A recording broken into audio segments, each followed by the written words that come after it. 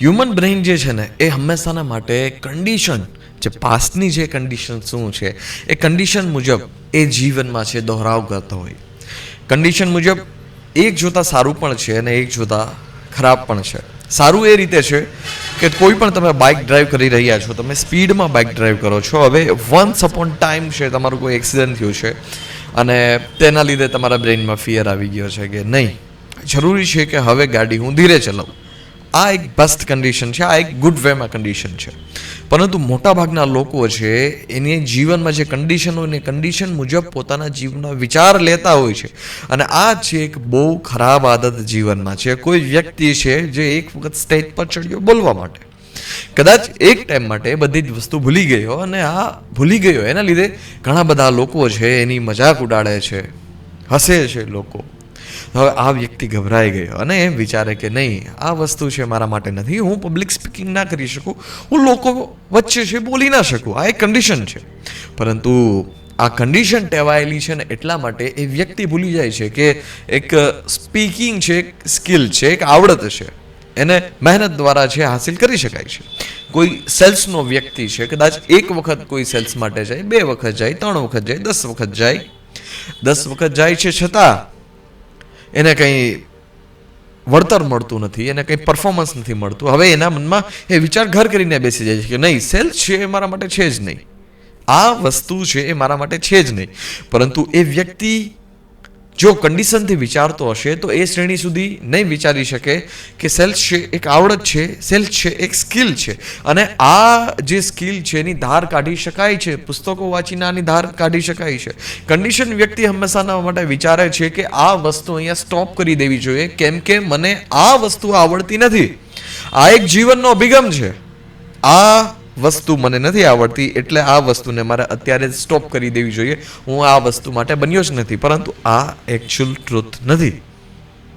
દુનિયાના જેટલા પણ મહાન લોકો થયા છે આ બધા જ મહાન લોકોના જીવનમાં પણ ડર હતા છતાં એ વ્યક્તિએ સંઘર્ષ કર્યો, એટલા માટે એ સફળ બન્યા. અને બીજા લોકોના જીવનમાં ડર છે, એ ડર જ એના ઉપર હાવી થઈ ગયો, એટલા માટે એ કશું કરી શક્યા નહીં. એટલા માટે પાસ્ટની જેટલી કન્ડિશન છે ને આ કન્ડિશન મુજબ જ્યારે આપણે વિચારીએ, આપણે એવું લાગે છે કે જૂના જેટલા પણ વિચારો છે એ આપણી ઉપર હાવી થાય છે, ત્યારે થોડી ટાઈમ બેસવાનું અને વિચાર કરવાનો કે આ વિચાર શું એકચ્યુઅલ છે કે આ વિચારમાં કશું બદલાવ કરી શકાય છે. કન્ડિશન જે વિચાર હશે એ કન્ડિશન વિચાર મોસ્ટ ઓફ છે એ તમારા ફ્યુચર ઉપર છે ઇમ્પેક્ટ પડશે.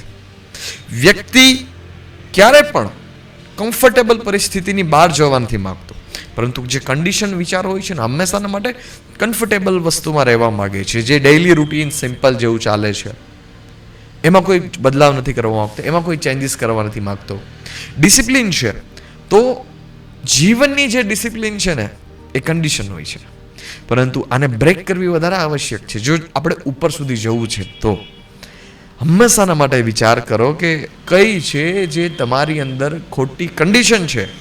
નાનપણથી આપણે બધા જ લોકો સામાન્ય વર્ગમાં જીવતા આવ્યા છીએ. કન્ડિશન એ મળી કે મોટું ના બની શકાય, મોટા સપના ના જોઈ શકાય. હા, મોટા લોકો હોય છે એ બધા જ મોટા લોકો છે, નાના લોકો પાસેથી પૈસા ધૂતે છે અને બહુ બધું ધન એકઠું કરે છે. ધન ક્યારેય કશું કોઈનું કામ આવતું જ નથી. આ એક કન્ડિશન છે અને આ કન્ડિશન રાઈટ નથી. બીજી કન્ડિશનની વાત કરીએ તો સમાજ જે કન્ડિશન આપે છે એ સમાજની કન્ડિશન છે ક્યારેય સર્વશ્રેષ્ઠ હોતી નથી.